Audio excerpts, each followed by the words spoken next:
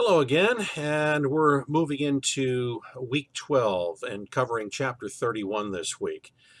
Now, we're focusing on franchises and other special forms of business in this chapter. We're going to focus mostly on franchises. They are a way of doing business around the world. The world of franchising combines concepts of marketing, management, finance, and many other diverse skills into a kind of cooperative venture that is facilitated through the law.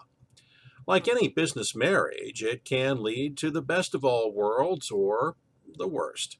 Careful planning, skilled research, and most of all, a good faith and willingness to let each participant do what he or she does best appears to be the key to today's most successful franchise operations. Under the franchise system, there's ample evidence of the positive effects of good franchise planning. The original basic technology, patent, process, or other trademark service or product is allowed to reach many more users or consumers through a franchise system. With intelligent planning and quality control, the original franchisor of the product or service can see phenomenal growth through the use of equity sharing participants in that growth. Witness the fast food industry, convenience stores, food product production, all sorts of consumer good retailing systems, and even professional sports teams. All these industries rely on the franchise concept to further their business. Another interesting aspect of franchising is its tie to basic capitalism for the little guy. With sufficient startup capital and a willingness to provide a lot of personal effort, the franchising concept allows the small business person to ride the coattails of the goodwill, advertising, and technology developed by large multinational enterprises. Now, there are some downsides to franchising as well. The get-rich-quick mentality of franchising has led to a number of abuses on the part of would-be franchisors. Many people have lost substantial sums of money trying to invest in pie-in-the-sky sales of bogus franchises. In addition, the franchise industry has seen more than its share of pyramid schemes, shallow capitalizations, adhesion contracts, and similar behavior that are in violation of antitrust laws.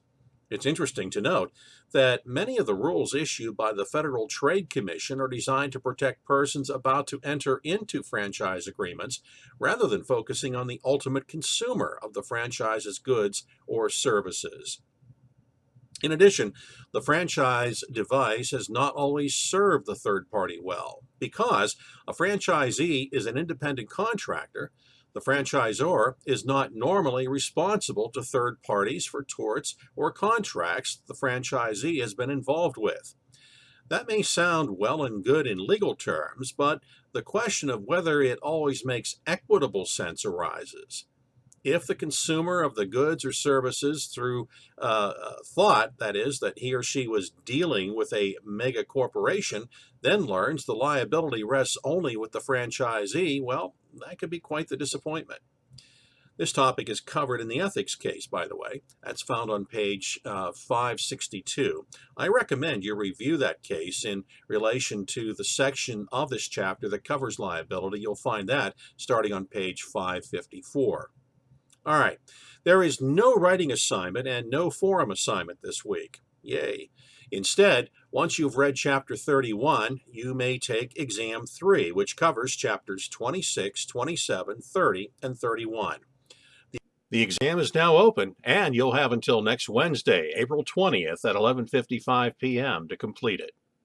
The exam is mostly essay. It's worth 100 points and offers up to 20 bonus points. So you have your work cut out for you. As always, study. You can use your notes and the text to assist you in the exam, but you may not ask others for help or collaborate with other students taking this course.